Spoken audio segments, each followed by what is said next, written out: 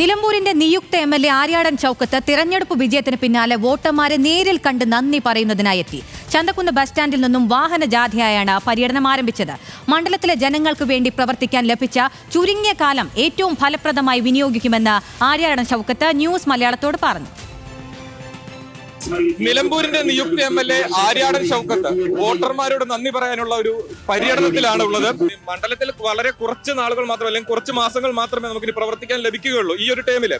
അപ്പോൾ എന്താണ് ഇവിടെ നിരവധിയായിട്ടുള്ള പ്രവർത്തനങ്ങൾ, ബൈപ്പാസിന്റെ പ്രവർത്തനം, അതോടൊപ്പം തന്നെ ചന്തക്കുന്ന് ബസ് സ്റ്റാൻഡ്, അങ്ങനെ നിരവധിയായിട്ടുള്ള പ്രവർത്തനങ്ങൾ, വികസന പ്രവർത്തനങ്ങൾ ബാക്കിയുണ്ട്. അപ്പൊ ഏതിനാണ് നമ്മൾ മുൻഗണന നൽകുന്നത്?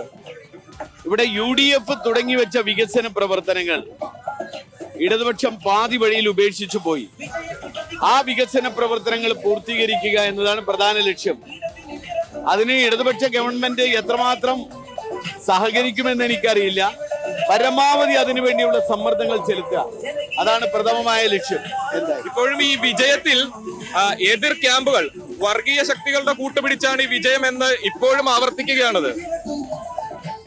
ഇവർ പറയുന്ന ഈ വർഗീയ ശക്തികൾ എന്ന് ഉദ്ദേശിക്കുന്ന ആരെയാണെന്ന് എനിക്കറിയില്ല.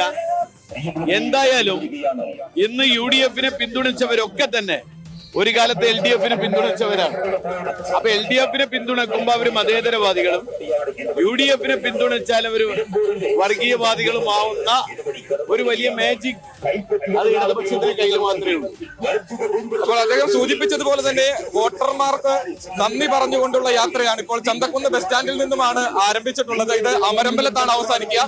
പരമാവധി എല്ലാ പഞ്ചായത്തുകളിലും എത്തി വോട്ടർമാരെ നേരിൽ കണ്ട് നന്ദി പറഞ്ഞുകൊണ്ട് തന്നെയാണ് ഈ യാത്ര മുൻപോട്ട് പോകുന്നത്. ഷംസുദ്ദീനോടൊപ്പം ബെൻസൺ ബാബു മങ്ങാട്, ന്യൂസ് മലയാളം, നിലമ്പൂർ.